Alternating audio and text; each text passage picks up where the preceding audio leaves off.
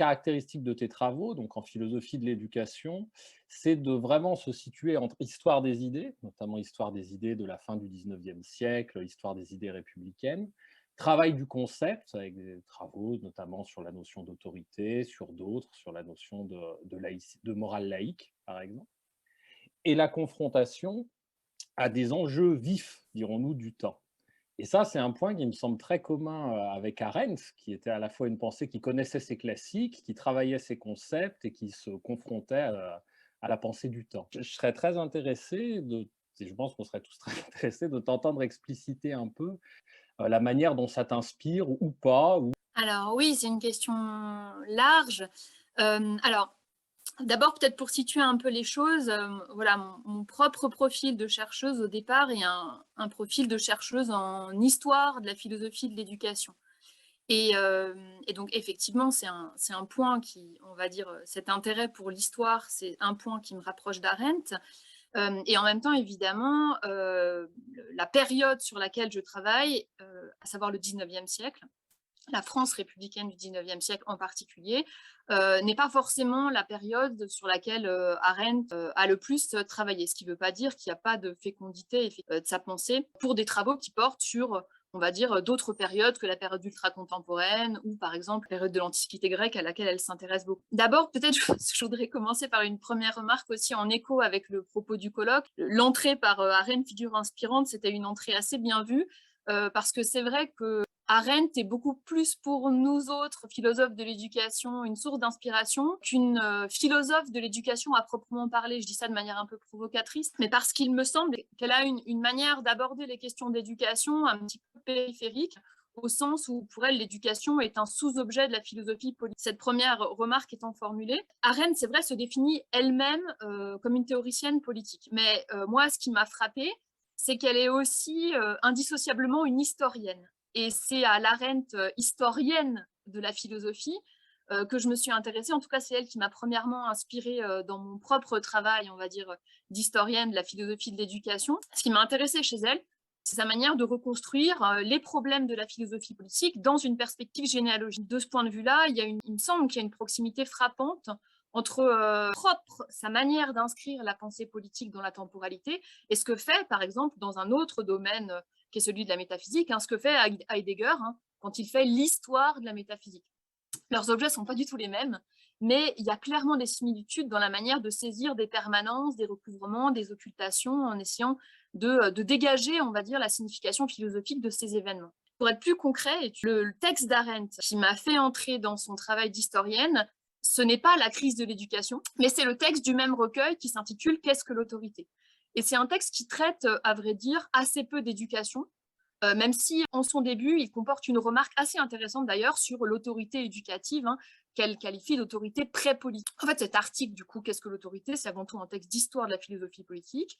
C'est un texte dans lequel elle décrit l'autorité comme une composante de l'expérience politique de la République romaine, une expérience politique qui n'est, pour ainsi dire, plus accessible aux modernes que nous sommes. C'est cette historicisation du concept d'autorité auquel se livre Arendt dans cet article qui m'a été précieuse lorsque j'étais doctorante et que je m'engageais dans une thèse sur la pensée éducative républicaine du 19e. Il se trouve que cette pensée éducative du 19e siècle, un de ses objectifs, ça a été justement de penser une pédagogie compatible avec l'idéal d'un citoyen autonome susceptible de soutenir l'exercice de la démocratie. Alors dit comme ça semble un peu tarte à la crème, mais effectivement, il y a bien ce souci d'articuler une rénovation pédagogique et en même temps un projet politique qui se veut lui-même en rupture par rapport à l'ancien régime. Parce que du coup, ces penseurs républicains du 19e siècle que j'ai étudiés, comme Ferdinand Buisson ou Edgar Quinet par exemple, sont des penseurs qui essaient d'établir des correspondances entre le monde politique et le monde pré-politique dont relève l'éducation. Évidemment, Arendt, pour sa part, n'est pas très encline à établir des correspondances entre le monde politique et le monde pré-politique de l'éducation. Au contraire, elle essaie de souligner la différence entre les deux, même s'il est clair que pour elle, l'éducation est avant tout une question politique. Mais par exemple, elle ne va pas du tout se préoccuper de ce que nous appelons l'éducation à la citoyenneté, qui est presque un concept illégitime chez elle. Mais contre, les analyses qu'elle consacre à l'autorité politique romaine, ces analyses-là ont été assez salutaires en fait pour mettre en perspective le discours pédagogique républicain que j'étudiais, un discours donc de la rupture avec ce que je vais appeler de manière un peu schématique, l'ordre cléricalo-monarchique. Si je reviens sur voilà, cette inspiration arendtienne, son apport, c'est que son analyse effectivement de l'autorité comme, on va dire, expérience politique située dans le temps, ça m'a aidé à appréhender notamment l'ambivalence du concept d'autorité dans mon propre corpus d'études. C'est-à-dire que effectivement, le corpus que j'ai étudié, c'est un corpus effectivement de philosophie de l'éducation qui met en avant une volonté de rénovation pédagogique et qui, ce faisant, est assez porté à décrier l'autorité comme un mode de fonctionnement renvoyant à l'ordre ancien. Mais dans le même temps, évidemment, ces mêmes écrits pédagogiques convoquent l'autorité, alors parfois sous d'autres noms, hein, parfois c'est l'idéal, voilà, ça va être parfois sous d'autres formulations, mais on voit bien que ça rejoint ce qu'Arendt met derrière le concept d'autorité. On voit effectivement, il y a cet appel à une autorité, on va dire, rénovée, repensée, pour servir de liant à la communauté politique, et donc aussi pour servir d'inspiratrice à l'éducation. Je rappellerai simplement que pour Arendt, l'auctoritas romaine fournit la matrice du concept d'autorité dans l'ensemble de la pensée occidentale. L'auctoritas, c'est le mode d'action dans la République romaine qui est dévolu au Sénat, par différence avec la potestas des assemblées des représentants du peuple. Dans le droit public romain, le Sénat, c'est un organe consultatif qui est exclu du pouvoir exécutif, mais qui dispose du droit de donner un conseil, et ce conseil va envelopper une force d'obligation.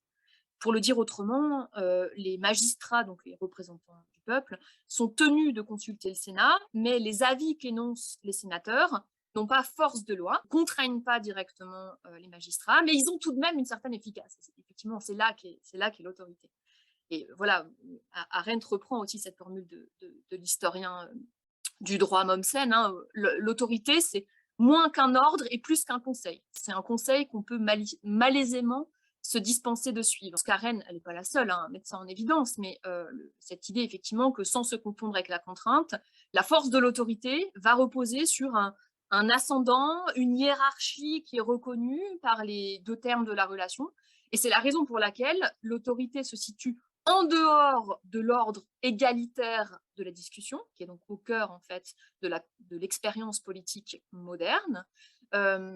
Mais pour autant, l'autorité ne constitue pas non plus une forme de domination. Ça, évidemment, c'est un aspect très intéressant pour la pensée politique, mais il y a cette autre dimension de l'autorité qu'Arendt met à jour dans son analyse de l'expérience politique romaine, c'est la fonction d'extériorité fondatrice du lien social qui incombe à l'autorité.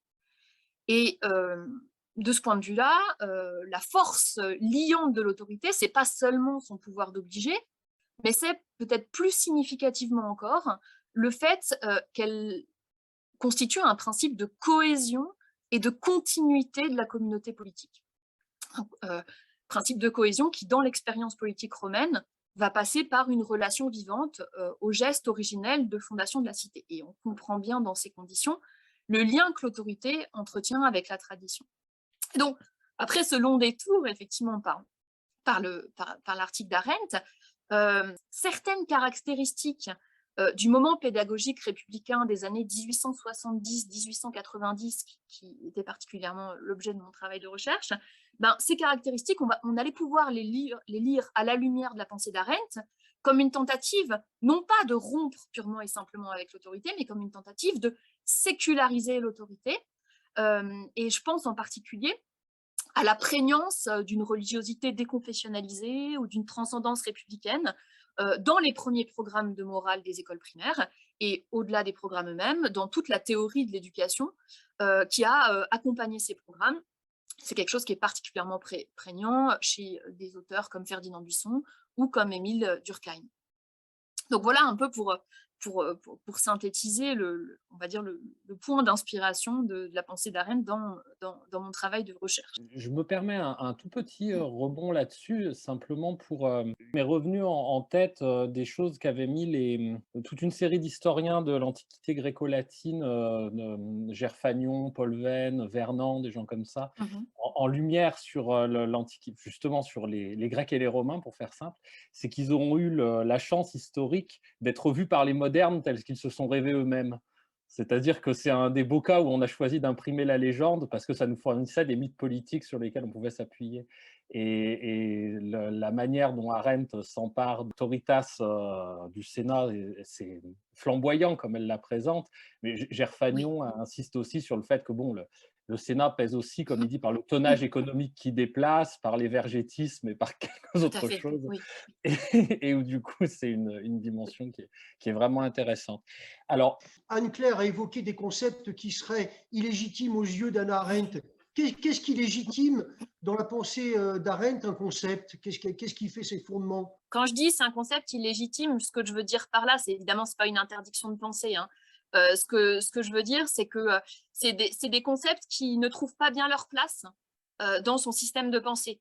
Et alors, peut-être, ça me permet de faire le lien avec, parce que voilà, j'ai présenté l'aspect, on va dire, inspirant de la pensée d'Arendt, mais et que j'ai trouvé, moi, son travail d'historienne.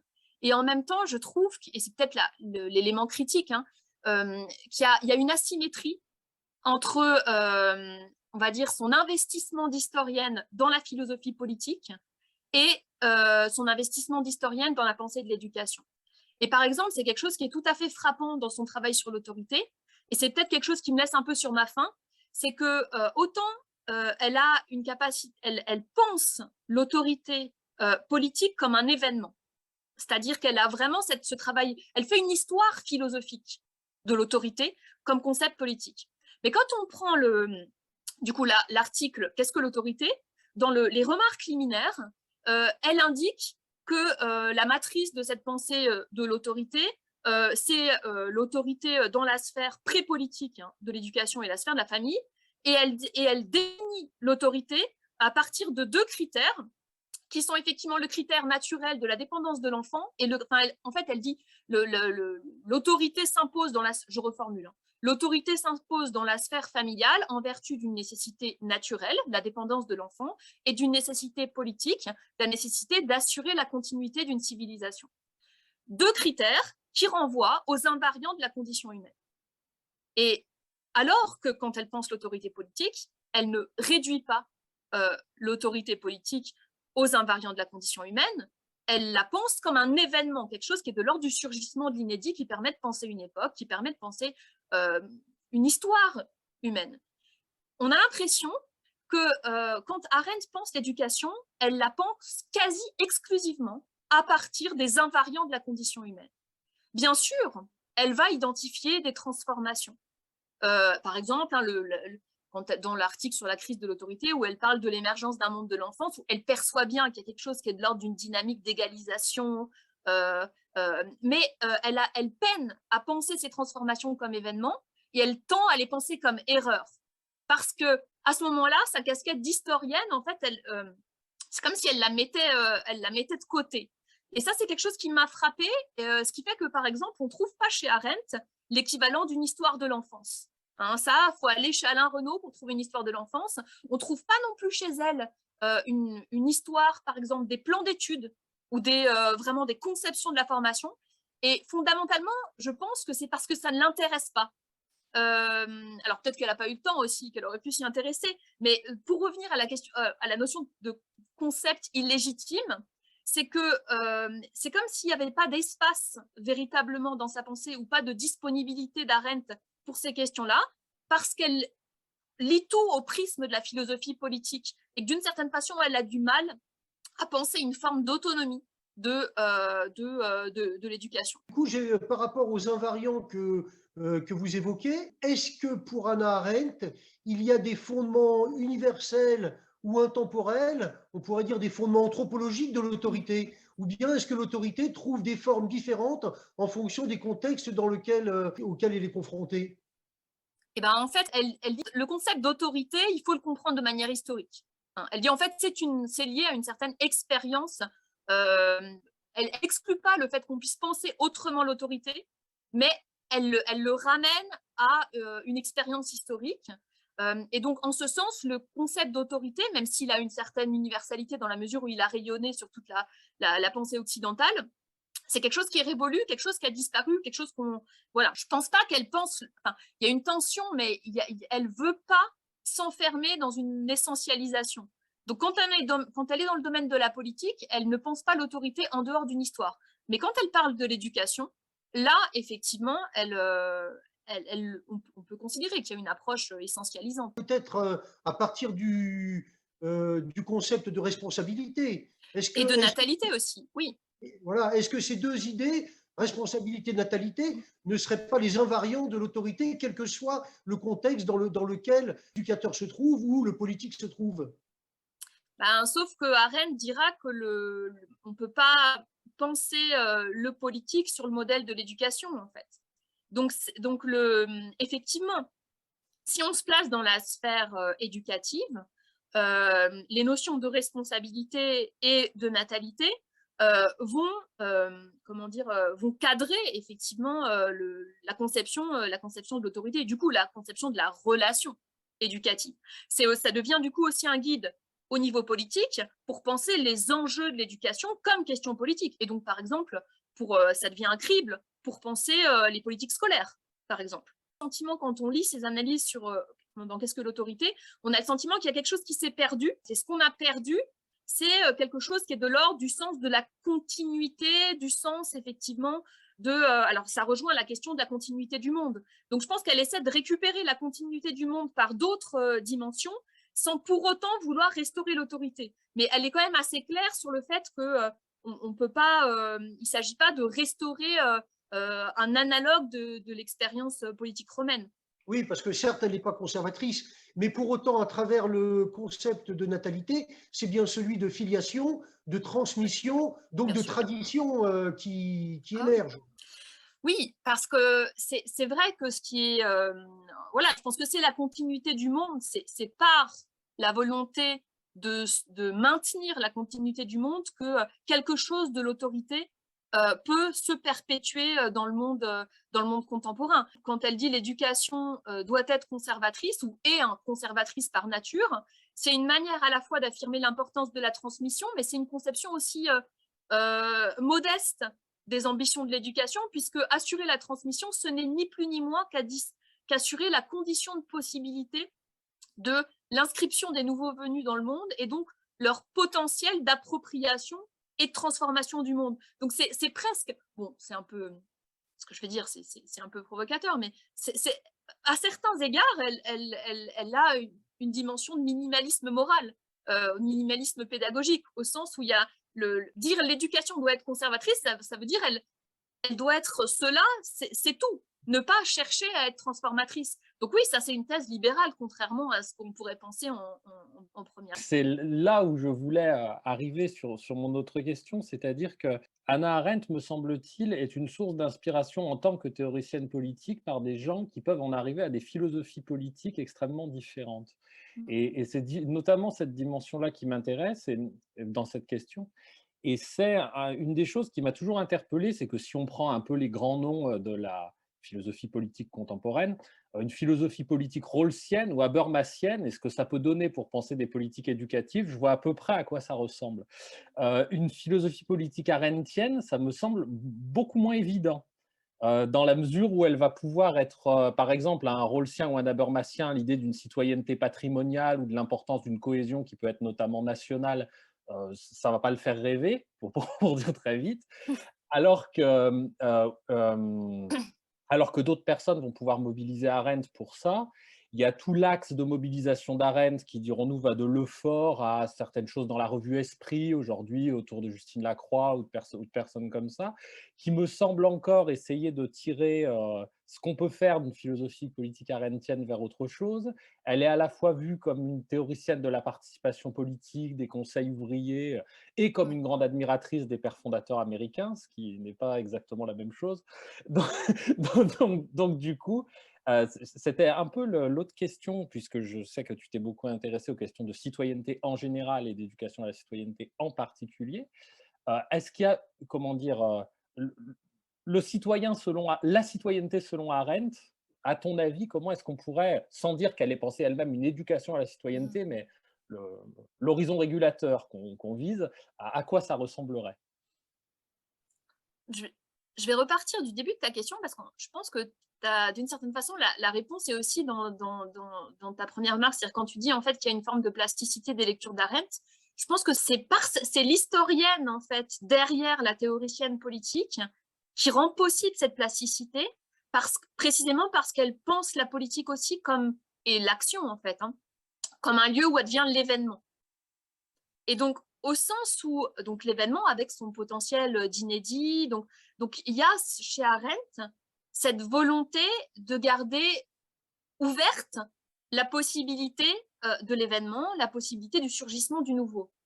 Donc déjà, le premier horizon d'une éducation à la citoyenneté ou même d'une éducation aux politiques, c'est de réunir les conditions de possibilité pour qu'effectivement les citoyens aient cette capacité d'action, cette capacité effectivement de transformation du monde. Donc du coup, évidemment, tout ce qui va favoriser alors, ce potentiel d'action est bienvenu dans le cadre d'une éducation à la citoyenneté. Et c'est pour ça aussi que du coup, il y a quelque chose d'un peu indéterminé dans ces conceptions de l'éducation à la citoyenneté. Et d'abord, le fait que, par exemple, sa réponse aussi, c'est que d'une certaine façon, la réponse minimale, ça serait de dire que peut-être la transmission du monde, donc les savoirs, la connaissance du monde dans la culture, en fait, ça est en elle-même une éducation à la citoyenneté. Ça, je pense, c'est la réponse la plus orthodoxe, celle où on est sûr de ne pas trop dire de bêtises. Après, par ailleurs, quand elle va s'intéresser à différentes formes, effectivement, d'action politique, voilà, il y a différentes choses qui peuvent faire ressource. Et je pense que c'est pour ça aussi qu'on peut trouver, voilà, certains vont plus être sensibles au côté participationniste. Et il y a aussi une sensibilité à la question de la reconnaissance, en fait, au surgissement des individualités, même si elle n'emploie pas tout à fait ce lexique. Donc, je pense que c'est pour ça que chacun peut y trouver un peu différentes choses. Mais je pense vraiment que c'est pas anodin si Arendt n'a pas pensé une éducation à la citoyenneté. Voilà, quand je dis, en sens, c'est quand même pas si excessif que ça quand je dis que l'éducation à la citoyenneté n'a pas vraiment lieu d'être dans sa pensée, en fait. Elle reste de l'ordre du potentiel, si on veut, c'est une éducation aux ressources, mais je ne pense pas qu'il y ait d'horizon prescriptif de la citoyenneté chez elle. C'est une pensée assez négative au sens réunir des conditions uniquement. Tu parles de l'idée d'éducation à la citoyenneté qui soit plutôt négative.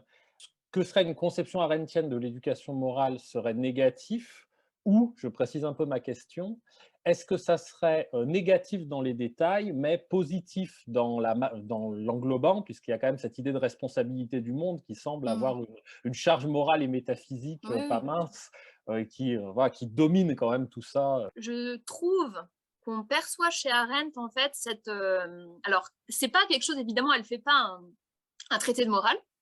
Donc, quand on veut chercher, effectivement, on va dire le profil ou le style moral du philosophe arendtien, il faut le lire effectivement, comme tu l'as indiqué, dans le système d'ensemble et puis dans les analyses de détails qu'elle va faire, effectivement, de différents moments d'histoire, de différentes pensées, de différentes questions.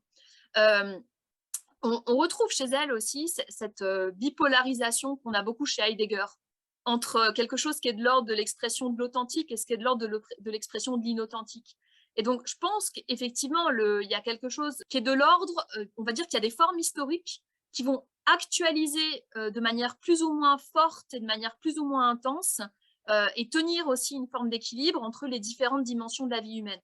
Et donc, de ce point de vue-là, si on peut prendre conditions de l'homme moderne comme une sorte de fil directeur, c'est-à-dire il y a les trois dimensions, effectivement, le travail, l'œuvre et l'action. Et il y a cette idée qu'il ne faudrait quand même pas oublier une de ces trois dimensions. Sachant qu'en général, on sent bien que la dimension qui risque le plus d'être oubliée, c'est la dimension politique. Donc oui, il y a on va dire, c'est en cela qu'on peut en faire une lecture très républicaine d'Arendt, qui est de dire que, voilà, c'est quand même une pensée qui, voilà, elle n'est pas libérale au sens de Constant, par exemple, où elle ne considère pas du tout que c'est pas un problème, en ce sens, elle n'est pas minimaliste, c'est-à-dire qu'elle considère qu'il y a un engagement politique qui est constitutif d'une existence proprement humaine et que si on perd de vue cet engagement politique, on est un peu à côté de la plaque, quoi. Donc, ça, c'est clair. De la même manière, alors, ça peut aussi se réaliser. Voilà, l'œuvre, c'est quand même, quoi qu'elle en dise, il y a quand même quelque chose comme une gradation hein, dans Conditions de l'homme moderne. Et donc oui, il y a une valorisation de l'existence politique. Et puis on le voit dans sa critique du social. Enfin, voilà, il ne faut surtout pas réduire l'existence à sa dimension purement laborieuse. Enfin, voilà, il y a beaucoup l'idée d'une perte en fait. Et je te rejoins complètement. C'est-à-dire que assumer la continuité du monde, ça me semble être effectivement l'impératif catégorique arendtien qu'on va pouvoir décliner dans différents domaines. Moi, je te dis le point où j'en suis, hein, ça ne veut pas dire que j'ai une réponse, hein. Mais conditions de l'homme moderne, je trouve qu'il y a, enfin, il y a une dimension, je dirais, de double bind quand je le relis, qui est de, un, il ne faudrait pas non plus dire trop de bien de la modernité, et deux, il ne faudrait pas s'en retourner séjourner dans le mystère de Ouais. l'être, parce qu'on a de très bonnes raisons de Mm. ne pas le faire. Et, et jusqu'à quel point cette double contrainte, en fait, dans la perspective d'une éducation, pas seulement de théoriser, mais de pratiquer, Ouais. en fait, une éducation à la citoyenneté, une éducation morale, est tenable, en fait. Je pense que c'est aussi le propre des pensées qui affrontent en fait la difficulté de la condition présente, c'est-à-dire qui intègrent la critique de leur propre tropisme. C'est-à-dire qu'elle assume la nostalgie pour une époque effectivement que Benjamin Constant considère comme, voilà, comme révolue, hein, l'idée de l'accomplissement dans la vie politique. Je pense qu'elle est consciente effectivement de cette critique et en même temps, elle mesure l'intensité de la perte et donc elle essaie de naviguer dans cette tension, mais elle n'a pas tout à fait non plus la solution sur la manière dont on peut s'en sortir. Et on ne peut pas lui reprocher parce que c'est une question extrêmement difficile. Déjà, elle a le mérite d'avoir posé le problème. Je voudrais revenir sur la première partie d'intervention, là, sur l'autorité. Et en vous écoutant, j'ai fait des liens avec l'intervention d'Éric Préra, qui disait que Hannah Arendt pouvait se faire récupérer par différents courants, et notamment le courant réactionnaire. Bon, voilà, ce serait une première question. Qu'en pensez-vous? Et puis l'autre lien, évidemment, c'est avec John Dewey, qui est la première figure inspirante des colloques. Et je trouve, enfin, on l'a déjà souligné, mais l'opposition par rapport par rapport à l'école nouvelle, enfin, voilà, nouvelle éducation, et le mot démocratie. Et je voulais savoir si, dans la définition d'autorité, il y avait la place à la démocratie ou pas du tout, par rapport à cette école nouvelle ou cette nouvelle éducation.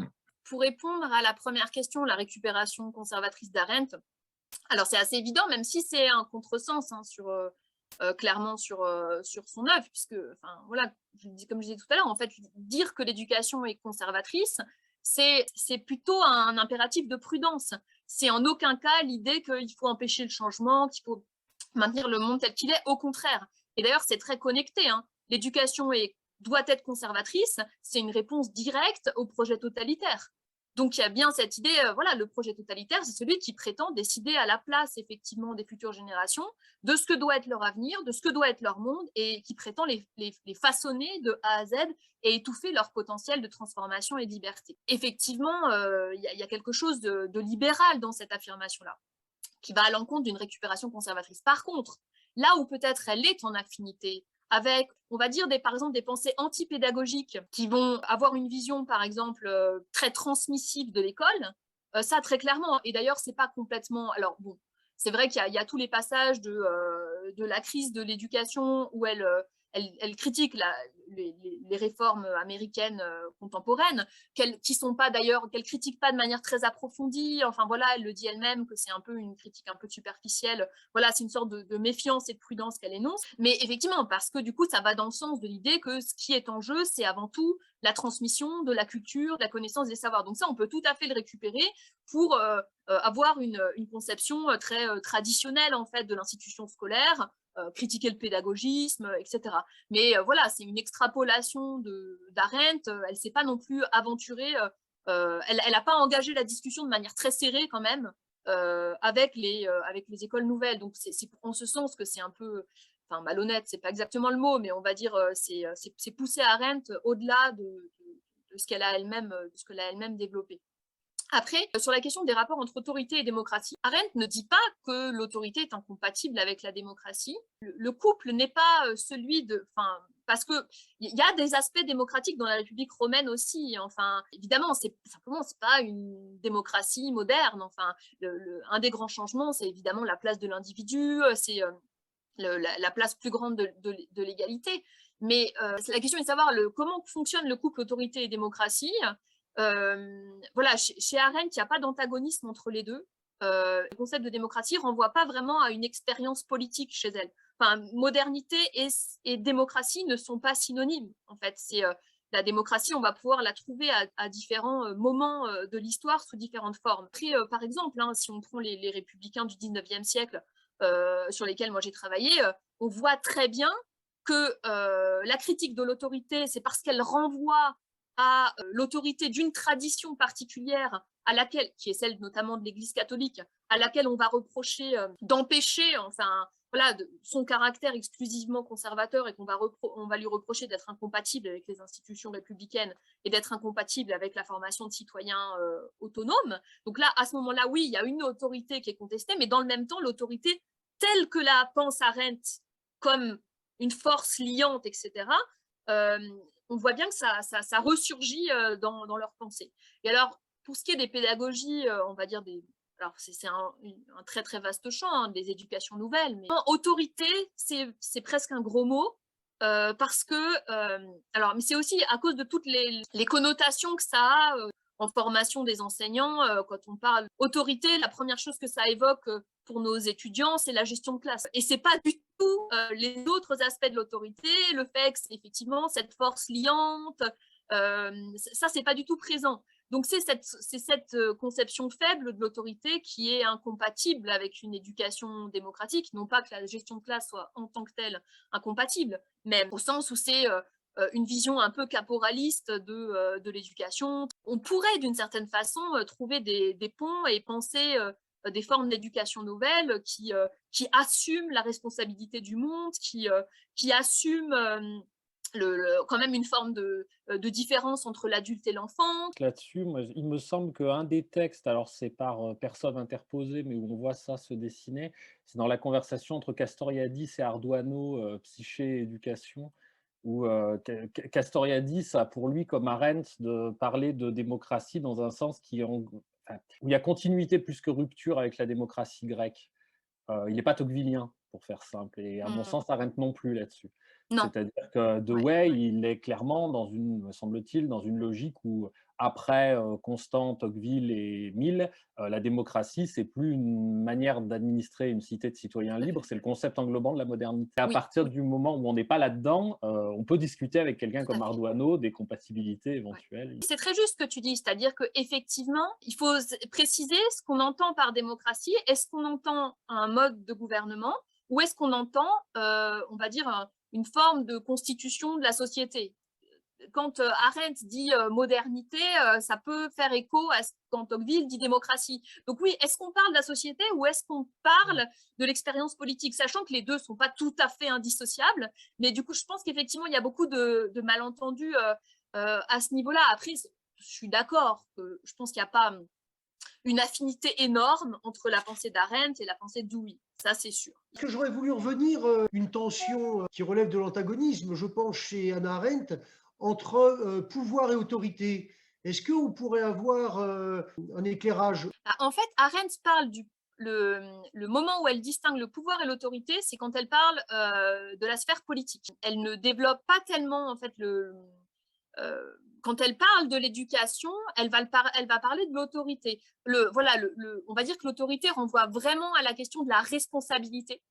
L'autorité appelle la responsabilité, alors que on va dire que d'une certaine façon, le pouvoir peut être un adjuvant de l'autorité, mais c'est vraiment pas lui qui va donner le sens de l'éducation. Cette distinction entre pouvoir et autorité, elle analyse le concept d'autorité. Enfin voilà, c'est que simplement le pouvoir, il y a une capacité de contrainte, ce qui ne veut pas dire, attention, tout pouvoir n'est pas forcément tyrannique, tout pouvoir n'est pas une domination, mais l'autorité va agir de manière indirecte, elle agit par la médiation de la reconnaissance, alors que dans le cas du pouvoir, on n'a pas besoin en fait de la reconnaissance. Ce sont deux modes, deux types d'efficace en fait, qui sont différents.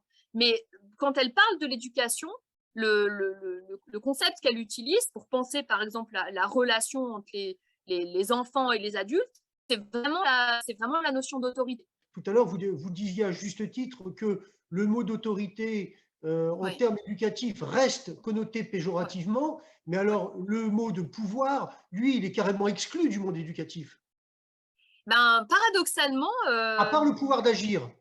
alors, la relation éducative comporte du pouvoir incontestablement. Mais l'enjeu, et c'est peut-être aussi pour ça qu'on parle beaucoup plus de l'autorité en éducation que du pouvoir, c'est que l'enjeu, c'est d'obtenir la reconnaissance. C'est-à-dire l'enjeu, c'est là qu'il y a conflit, en fait. C'est pour ça, mais même quand on parle de gestion de classe avec les futurs enseignants, c'est qu'il y a un moment de conflictualité dans l'exercice de l'autorité, en tout cas dans l'expérience contemporaine de l'éducation, mais je pense depuis quand même un certain temps. Et je ne suis pas sûre qu'on puisse jamais totalement évacuer cette dimension de conflictualité. Mais il y a cet élément de la reconnaissance. Mais en même temps, il y a toujours cette tension qui est que l'écueil vers lequel on peut s'acheminer, c'est celui de la servitude volontaire.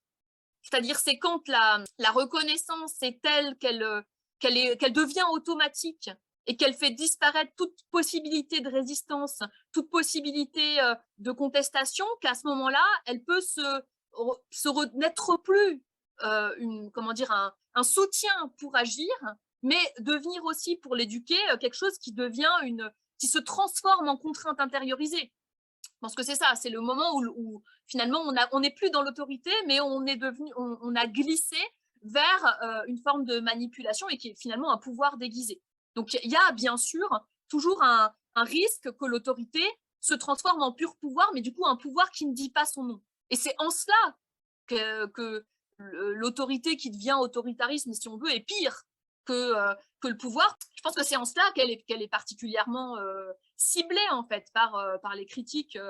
Voilà, si tu as une dernière parole inspirante à nous dire sur Hannah Arendt. Si j'ai été peut-être un peu critique à certains égards vis-à-vis du travail d'Arendt, ça n'enlève rien. Je pense que et c'est pour ça, je crois que vraiment la dimension de figure inspirante, elle tient beaucoup à ce que cette pensée d'Arendt, je crois que sa grande fécondité, c'est aussi de mettre le doigt sur certaines difficultés sans forcément chercher toujours à y apporter une réponse définitive. Et je pense que c'est aussi ça une figure d'inspiration. C'est-à-dire c'est quelque chose qui donne à penser, et même parfois du coup d'ailleurs quelque chose qui donne à penser dans les propres limites, dans ce qu'elle a laissé, on va dire les espaces d'impensé qu'elle a laissés. Si Arendt est une des figures, on va dire un peu incontournables de toute réflexion sur l'éducation, c'est parce que malgré tout, je disais, ces invariants, elle a saisi quelque chose. Je pense qu'elle a quand même mis le doigt sur une vraie difficulté, c'est-à-dire effectivement, c'est que dans notre projet d'égalisation des conditions, on est confronté à quelque chose qui est de l'ordre de la différence irréductible entre l'enfant et l'adulte, et la question de la responsabilité des adultes, la question aussi de l'extériorité de la culture. Ça, c'est quelque chose qu'elle a bien vu, en fait. Voilà, Arendt n'a pas cherché. C'est en cela que je disais qu'elle n'était pas complètement une philosophe de l'éducation, parce qu'elle a identifié le problème et la difficulté, mais ensuite, elle nous laisse nous débrouiller avec les difficultés de la transmission du monde et de l'exercice de la responsabilité. Mais bon, c'est déjà bien de nous avoir donné du travail.